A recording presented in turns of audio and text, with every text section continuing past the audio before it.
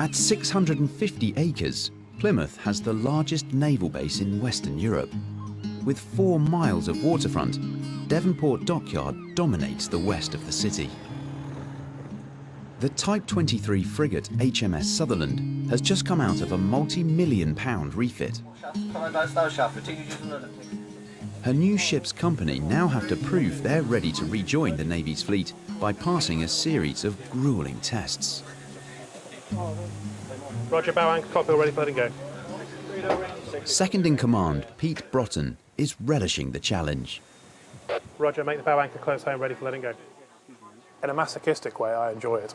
It's what I've trained to, it's what I've been in the Navy to do, and it's just great fun. We're actually doing the job that we're trained for. Checking Sutherland's ready to return to the fleet is the job of examiners from the Royal Navy's Flag Officer Sea Training Department, known as FOST. I do try to put them at ease if I can. Chief Petty Officer Kev Hewson is one of the examiners they'll have to impress. Been in the Navy 37 years, okay, so I've done what you're doing now many times. I often think back to when I was a young recruit. You come on board a warship, which is a daunting prospect. You've been taught the basics, but you don't really know how they work. And it's things like this FOSS training that enables the young recruits and those that with a bit more seniority to be able to work together and gel as a team. What do we understand by the brace then? Kev's testing their ability to cope with floods and fire. Because really, the best life raft that we got is this big grey one that we're in. Chef Patrick Dykes is making sure everyone's well fed before the tests begin.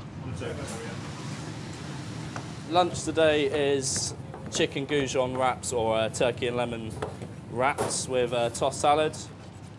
Like everyone on board, Chef Dykes has another job. He's also a first aider, and today's the first time his life-saving skills will be examined. It's slightly nerve-wracking because obviously you don't know what to expect. That fear of the unknown and that pressure that you can get is good, so you just crack on and get on with it. Up on the bridge, the ship's under air attack.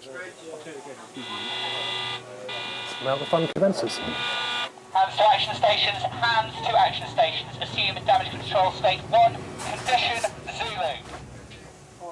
They're trying to spot the aircraft so that the ship's defences can be deployed. But low cloud is making it tricky. When the weather has kindly helped the FOSS staff out by making sure that the visibility is not that good in the first place for them. Tracking left to right. Commercial jets are playing the role of enemy aircraft. Your position 5009 at north, 0022 west. The MEU is starting her transit around the coat hanger route. The team make a strong start and manage to pick the jets out in the grey sky. Aircraft Reds 100, tracking left to right. Fire, fire, fire! Fire in the front, fire, my mess! Location marking. Down below, Kev Hewson's putting the firefighters under pressure. Make sure you've got all the kinks out of the hoses. That's it, using your feet, kick them all out. They've got their basic drills, they're making silly errors. Obviously still need quite a bit of coaching and mentoring to get their drills instinctive. They see how difficult it is when the ship's rolling around? With heavy seas causing problems for the firefighters, at the other end of the ship, the medics are called into action. Casualty, casualty, casualty, casualty to female mess.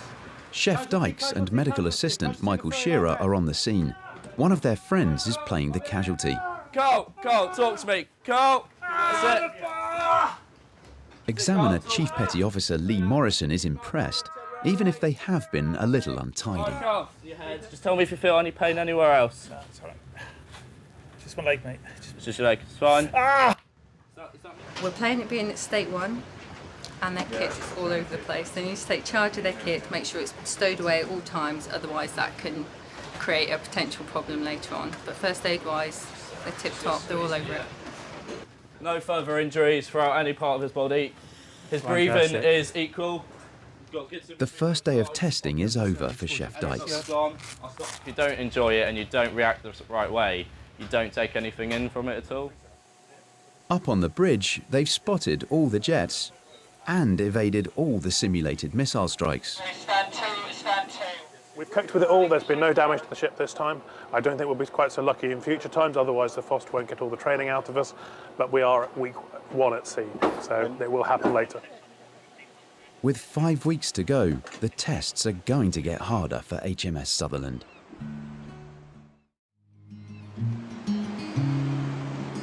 Today, HMS Sutherland is being tested to see how it copes with the damage caused by a missile hit in a staged war exercise. If things go well, the ship, which has just come out of refit, will be allowed to rejoin the fleet. Today we are being hit by everything, submarines, surface units and aircraft, and exercising, but not only defending ourselves and the task group, but also when we take damage, repairing it. Second in command, Pete Broughton, knows everyone will have to be at the top of their game to impress the examiners. This is the most pressure most of the people here will be put on when we're in United Kingdom waters, so that when we do go to real operations, we're used to that pressure, and it's not a shock. Beat them back, too much smoke log in, force them that way. Yeah. Below deck, the examiners are preparing to simulate fires and floods. Very shortly we'll get the smoke in. It does bring back old memories. Yeah, I feel for the guys sometimes because they don't know what's coming and they've got to deal with the fires and the floods as and when they see it. Everyone on HMS Sutherland is involved in today's test. Just about to launch the helicopter, and then we're going to go into the next stage of the war, which is the gloves come off, it becomes open season, and I strongly suspect we're going to take some damage.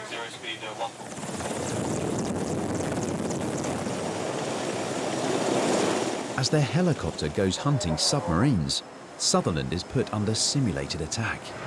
Unknown aircraft, this is coalition warship. Foxtrot 8T, request you identify yourself and state your intentions, over. 45 seconds, talking to arrival. But not everyone's ready. Hurry up, because there's a raid inbound, you don't want to be caught on the ladder, do you? 20 seconds, all positions, brace, missile now. Brace on the bridge. Officers POA, stand two. Word comes through that the first attackers missed. But there's another jet, also playing the role of an enemy missile on the way. Turning inbound. Roger. Yeah.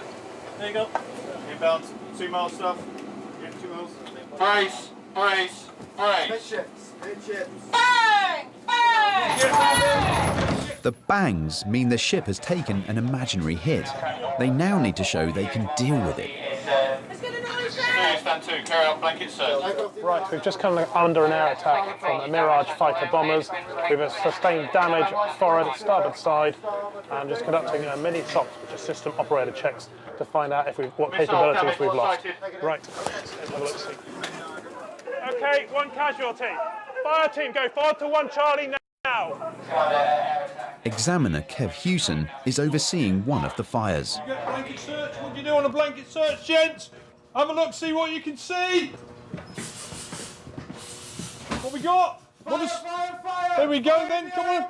Location marking, 2 Juliet. Try and make an advance on the fire. Keep your LVA going. Fire! Hey, is there anybody in there? Do we need to get them out? There's a fire there, isn't there? Okay, we've got to get that hose out as quickly as we can, haven't we? Get down on 1 knee. The firefighters make a good start, but Kev wants the test to be as realistic as possible, so he forces a retreat. Too much, too hot. Okay, come on, move back. Move back. Peter Vincent, what have you got?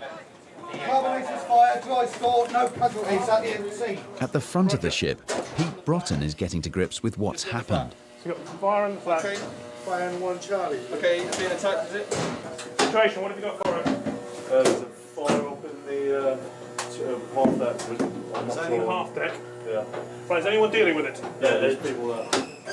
Pete needs to make sure everyone's doing their job. Any lapses will be picked up by the examiners.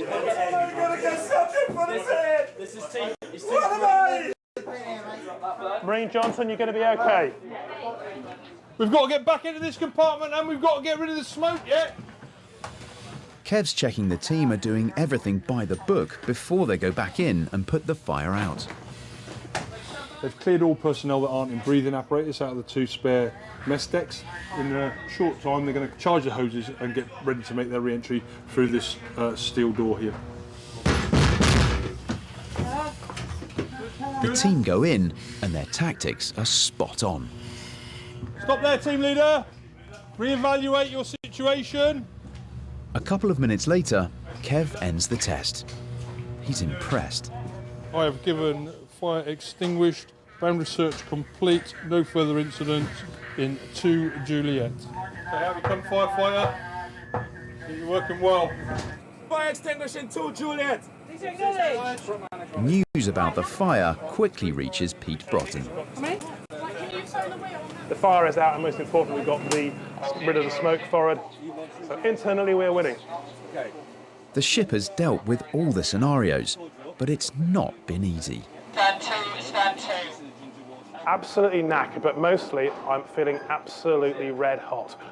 I could sit under a cold shower for a week at the moment. A few days later, Captain David Dominy from the Navy's Flag Officer C Training Department has some good news. Ship's company, stand up! E! Sutherland, good afternoon. Captain David Dominy, you know me as Captain C Training South. I own your training. All their hard work has paid off. They've passed and can rejoin the fleet. So well done, be confident and look after each other. Relieved, glad to be out of here and looking forward to some sleep. He's letting us get on with operations. That's always good news in our book.